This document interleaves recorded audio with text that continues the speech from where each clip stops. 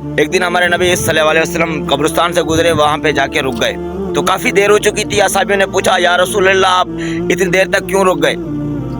या रसूल अल्लाह आप आगे चले, क्या देख रहे हो आप कब्र में? तो हमारे नबी ने फरमाया कि इस कब्र में एक बुढ़ी और फिरौन के दौर की है।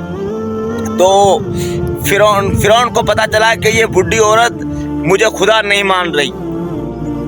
फिरौन को पता चला कि ये बुढ़ी औरत मुझे खुदा नहीं मान रही, तो फिरौन ने हुक्म किया जाए।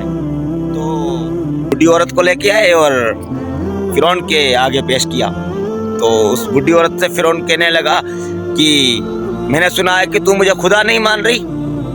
तो बुढ़ी औरत ने कहा कि ए फिरौन तू अल्लाह से डर, ए फिरौन तू अल्लाह के कहर से डर, तू नफ्स का एक शैतान है, तू खुदा नहीं हो सकता। तो फिरौन ने कहा कि बुढ़ी औरत को कहना लगा कि आप मुझ पे, तो बुढ़ी औरत ने कहा मैं आप पे ईमान नहीं लाऊंगी, आप खुदा नहीं हो, तो ऊपर ईमान लाओ, नहीं तो मैं आपकी दोनों बच्चियों को मैं आग लगा दूंगा। तो बुढ़ी औरत हंसने लगी।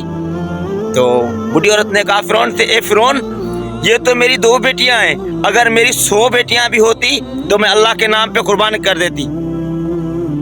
तो उस बुढ़ी के सामने से उनकी बच्चियों को जलाया गया।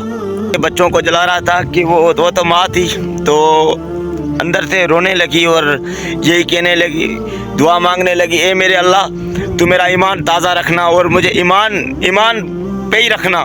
इसकी बच्चियां सामने जल रही है, वो देख रही है, अपनी बच्चियों को जलता हुआ देख रही है, फिर भी यही कह रही है, ए अल्लाह मेरे ईमान को ताज़ा रखना, ए मेरे अल्लाह मेरे ईमान को ताज़ा रखना। बुढ़ियों की बच्चियों को दोनों को जला दिया आग से। तो बुढ़ी कहने लगी कि ए फिरौन आप एक मेरी भी बात मान। तो उसने कहा कि जब हम जल जाए तो वो खाक होगी, वो खाक ऐसे करना कि एक खाक वो हमारी लेके एक कब्र में दफना देना। तो मेरे नबी ने फरमाया कि ये उस औरत की कब्र है जो अपनी 2 बेटियां और खुद को जला के अल्लाह के नाम पे कुर्बान हो गई। फिरौन का खुदा होने का दावा उसने नहीं किया। उसने फिरौन को भी कहा कि फिरौन तुझे क्यों खुदा माने, तू खुद मिट्टी का बना हुआ है, तू खुद मरने वाला है, तू खुद जहन्नम में जाने वाला है, तुझे खुदा क्यों माने? नबी ने फरमाया कि इस कब्र से मुझे खुशबू नजर आ रही है, इस कब्र से मुझे मुश्क की खुशबू नजर आ रही है, और ये हमेशा हमेशा के लिए जन्नत में है, हमेशा के लिए हमेशा के लिए जन्नती बना दिया। ये हमेशा के लिए जन्नत में रहेंगे, अर्श में रहेंगे।